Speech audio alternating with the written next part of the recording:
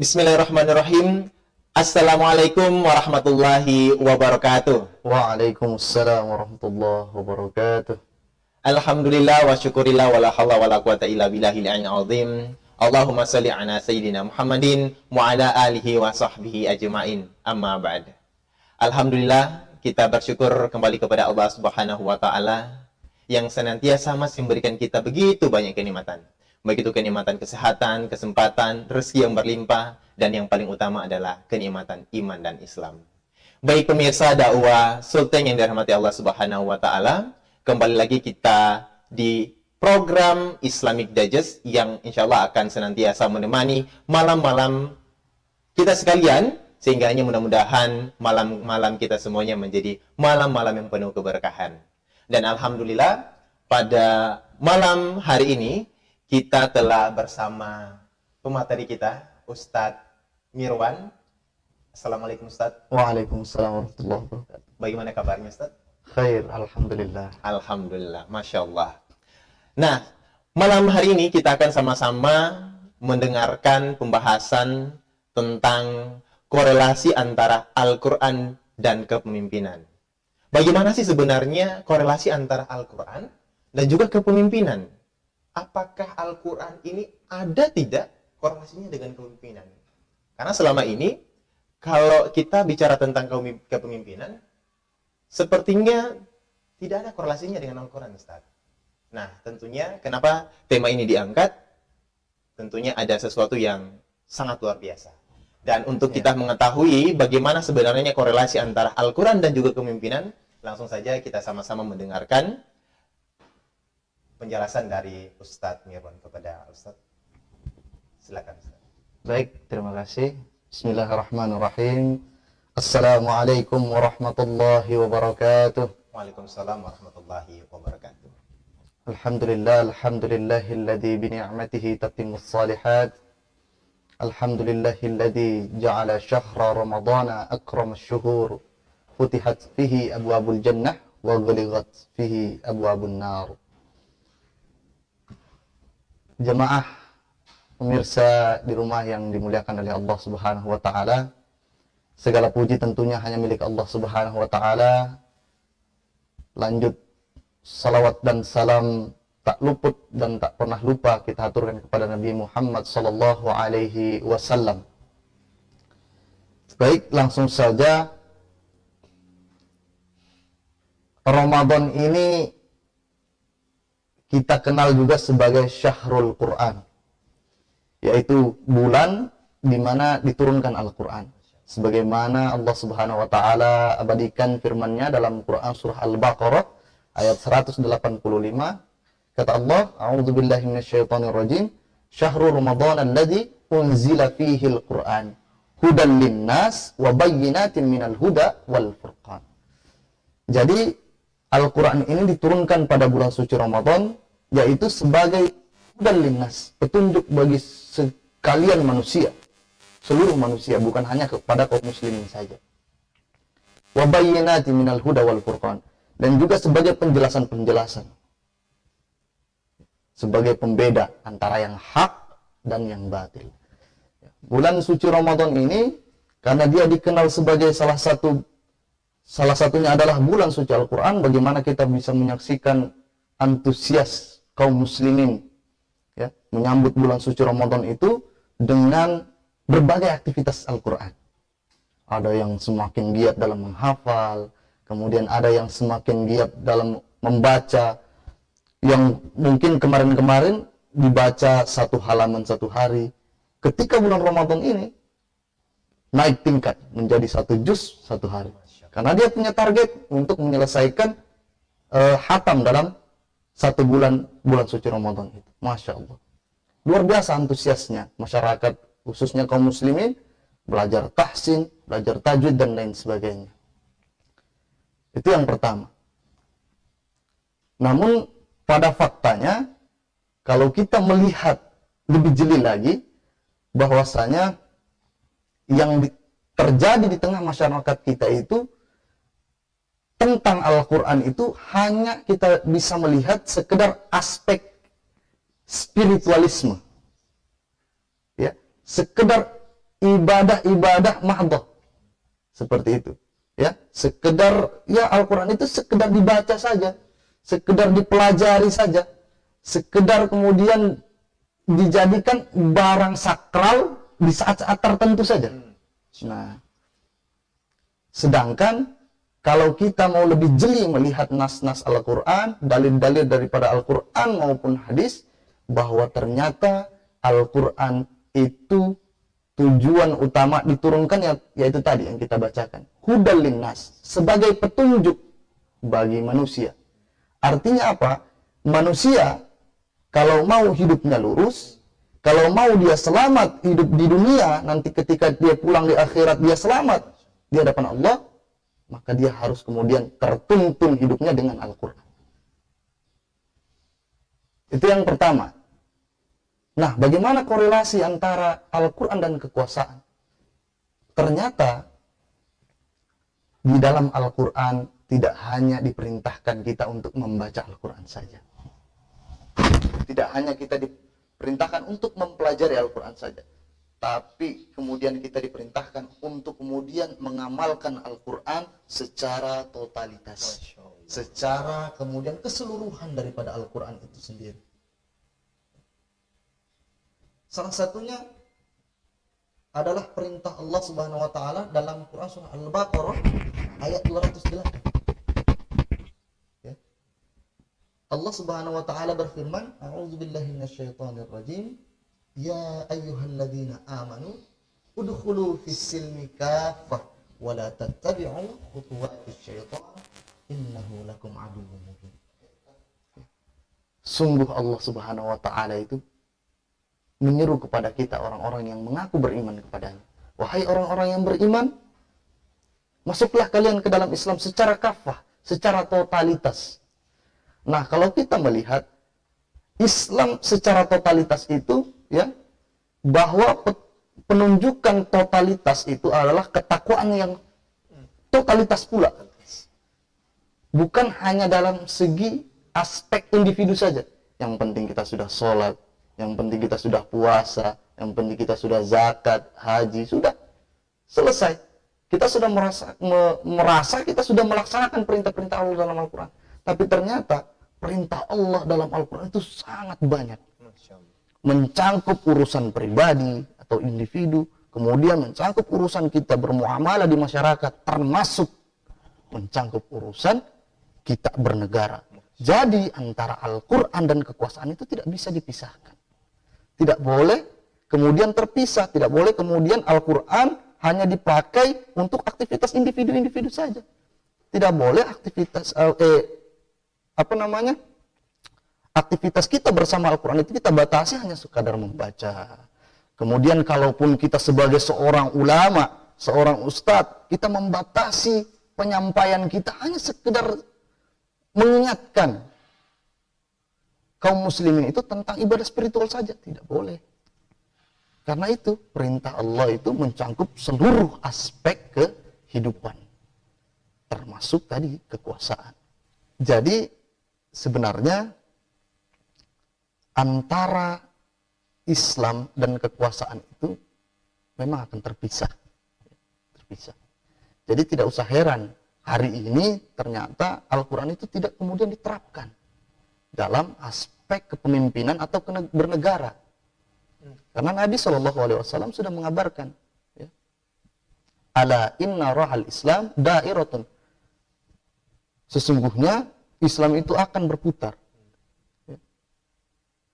Kemudian pesan Nabi, ya, kata Nabi, faduru haitsu dar.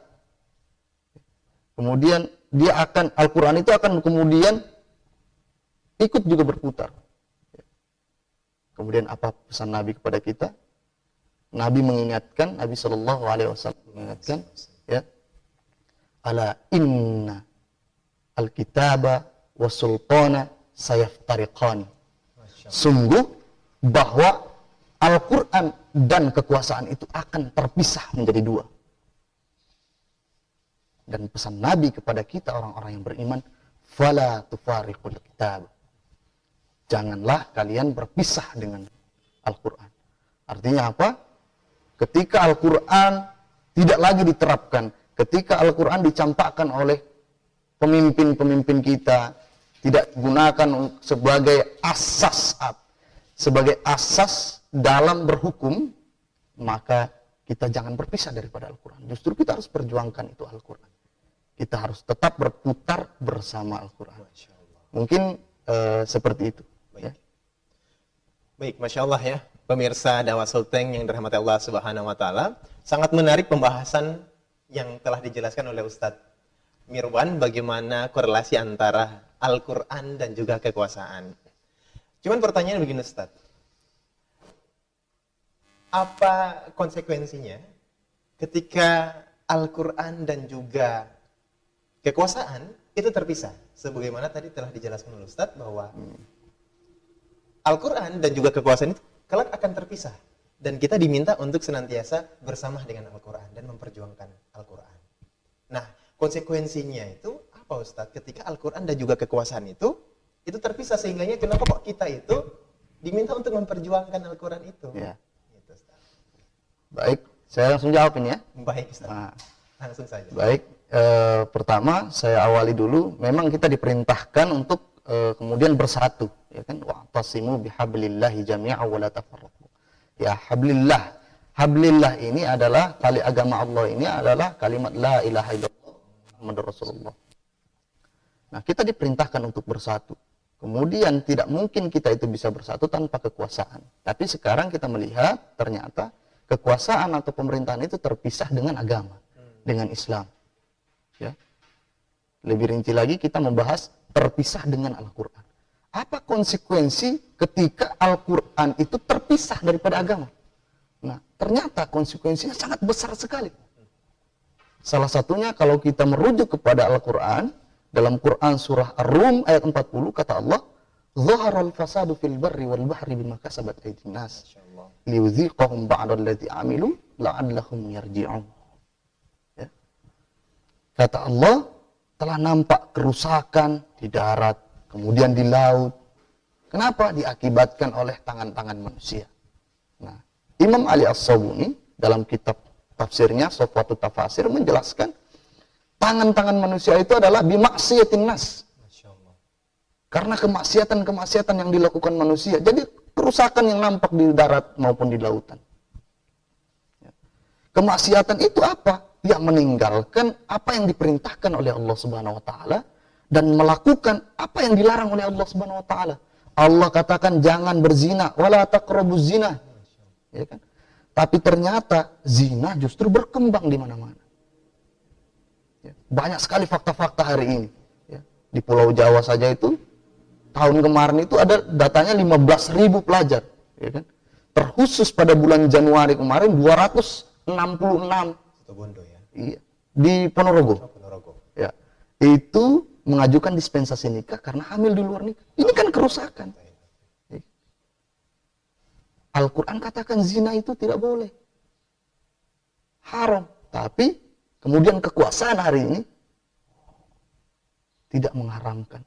Justru dilindungi. Ada prostitusi-prostitusi yang dilindungi oleh negara. Seperti itu. Khamar dijual di mana-mana. Ya. Padahal khamar itu haram dan akan merusak akal. Seperti itu. Kerusakan. Semua kerusakan-kerusakan itu terjadi ya tadi bimaksiatin nas. Karena kemaksiatan-kemaksiatan yang dilakukan oleh manusia. Baik. Ya, seperti itu. Baik. Masya Allah. Berarti konsekuensinya ketika Al-Quran dan juga kekuasaan itu terpisah, maka konsekuensinya adalah kerusakan Ustaz. Kerusakan. Dan berarti untuk bisa menghilangkan kerusakan-kerusakan yang terjadi di tengah masyarakat, solusinya kembali kepada Al-Quran. Masya Allah. Baik, pemirsa dakwah Sulteng yang dirahmati Allah Subhanahu wa taala. Kami ingatkan agar senantiasa mensubscribe dan juga menekan tombol lonceng notifikasi agar konten-konten dakwah Sulteng senantiasa bisa membersamai jamaah pemirsa dakwah Sulteng yang berada di mana saja. Alhamdulillah Ustadz, kita telah berada di penghujung acara. Kita minta untuk memberikan closing statement-nya agar bagaimana kiat-kiatnya kita sebagai kaum muslimin menyikapi keadaan kita hari ini, realitas bahwa Al-Quran dan juga kekuasaan itu hari ini terpisah. Bagaimana sikap kita sebagai seorang mukmin, Ustaz? Baik, mengenai sikap kita sebagai seorang mukmin, maka kita harus kemudian merujuk kepada qudwah kita, yaitu Rasulullah SAW. Tadi sudah saya sampaikan di awal bahwa pesan Nabi, ya, ketika Al-Quran dan kekuasaan itu terpisah, kata Nabi, fala tufariqul kitab. Jangan kalian berpisah daripada kitab Al-Quran. Justru kalian itu harus kemudian berpegang teguh kepada kitab Al-Quran.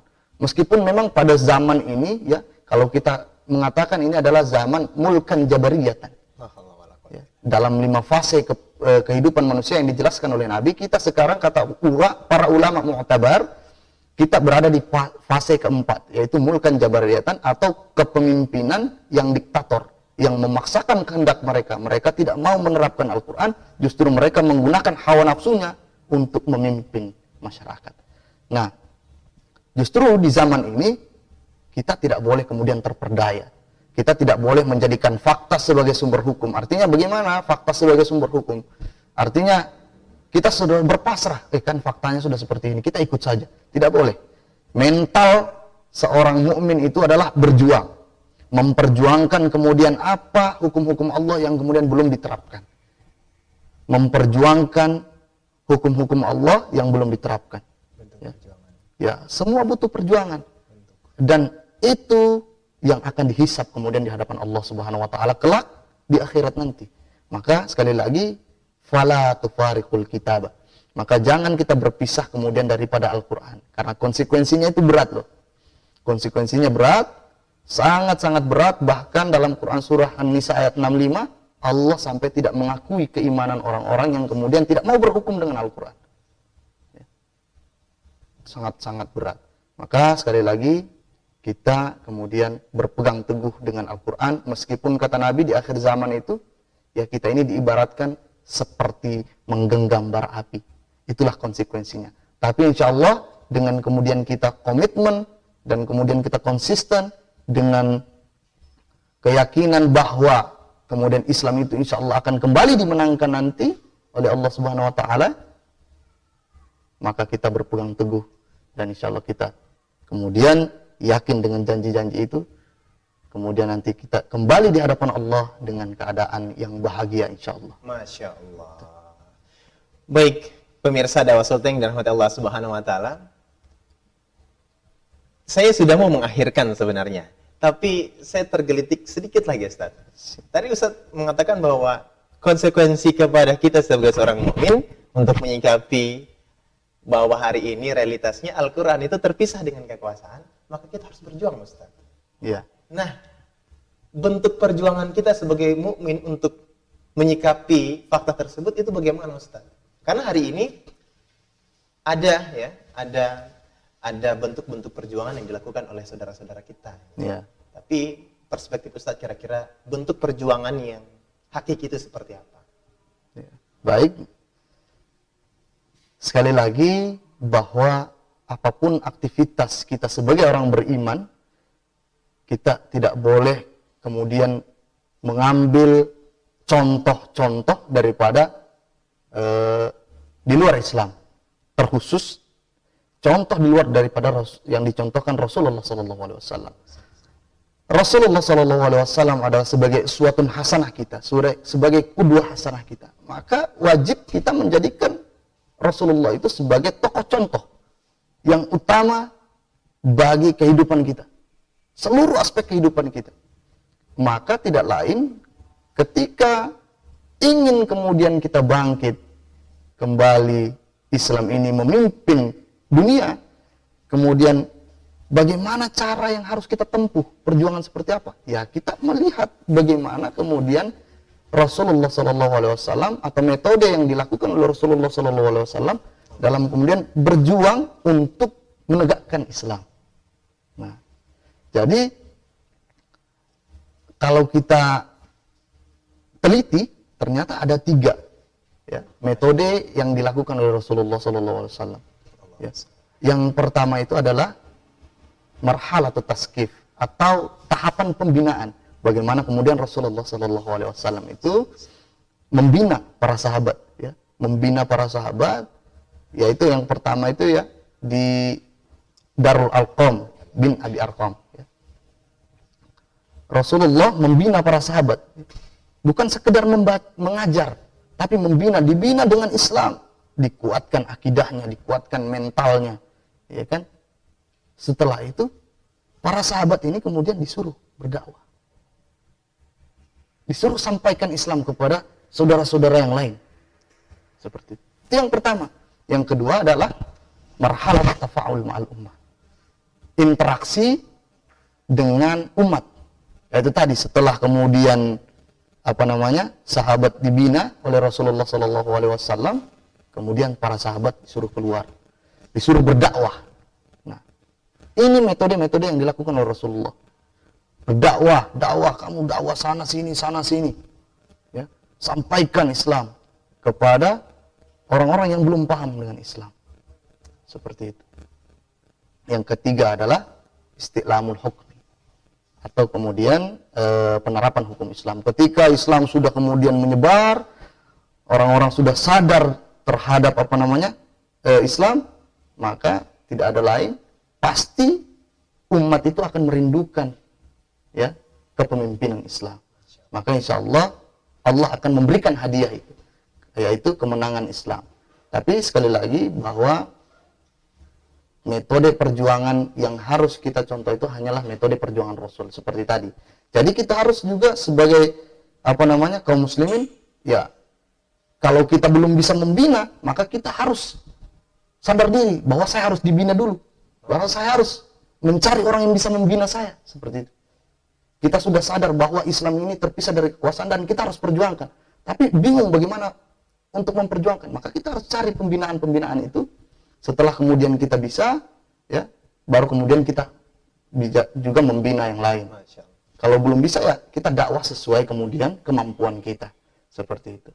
Mungkin seperti itu. Baik. Masya Allah. Luar biasa penjelasannya Ustaz. Terima kasih atas pencerahan-pencerahannya. Kepada seluruh jamaah dakwah sultan yang berada dimanapun kita pada malam hari ini, itulah tadi ya penjelasan dari Ustadz Mirwan bagaimana penjelasannya antara korelasi Al-Quran dan juga kepemimpinan. Sangat luar biasa, dan mudah-mudahan ini bisa menambah pengetahuan kita tentang korelasi antara Al-Quran dan juga kekuasaan. Ternyata di dalam Islam juga membahas tentang kekuasaan, yang selama ini kita selalu mendengar bahwa jangan bawa-bawa Islam dengan kekuasaan. Ternyata pada malam hari ini kita tercerahkan, ya, dengan penjelasan Ustaz tadi bahwa betul-betul Islam itu kamilan, ya Ustaz, ya, sempurna. Dan tentunya karena kesempurnaan Islam itu, maka Islam pun mengatur tentang kepemimpinan itu sendiri. Baik, pemirsa dakwah sultan yang dirahmati Allah Subhanahu wa taala, terima kasih kami ucapkan telah mengikuti program Islamic Digest pada kesempatan kali ini. Mudah-mudahan dengan mengikuti program Islamic Digest ini, banyak knowledge baru, banyak pengetahuan-pengetahuan baru yang kita dapatkan. Dan juga semoga dengan mengikuti acara Islamic Digest ini, malam-malam kita senantiasa diberkahi oleh Allah Subhanahu wa taala. Untuk itu para pemirsa dakwah sultan yang dirahmati Allah Subhanahu wa taala, sebelum kami akhiri, kami sekali lagi mengingatkan kepada kita semuanya untuk senantiasa mensubscribe dan juga menekan lonceng notifikasi dari channel Dakwah Sultan ini agar program-program dari Dakwah Sultan akan menjadi konsumsi kita semuanya selama bulan suci Ramadan ini. Baik, itu saja yang bisa kami sampaikan, dan sekali lagi kami ucapkan terima kasih Ustaz atas ilmunya yang telah menemani seluruh pemirsa Dakwah Sultan dimanapun berada. Dan mudah-mudahan Islamic Digest ini akan senantiasa menjadi teman malam-malam selama di bulan suci Ramadan ini. Dan akhirul kalam, kami ucapkan syukron jazakumullahu khairan katsira. Wassalamualaikum warahmatullahi wabarakatuh. Waalaikumsalam warahmatullahi wabarakatuh. Masya Allah.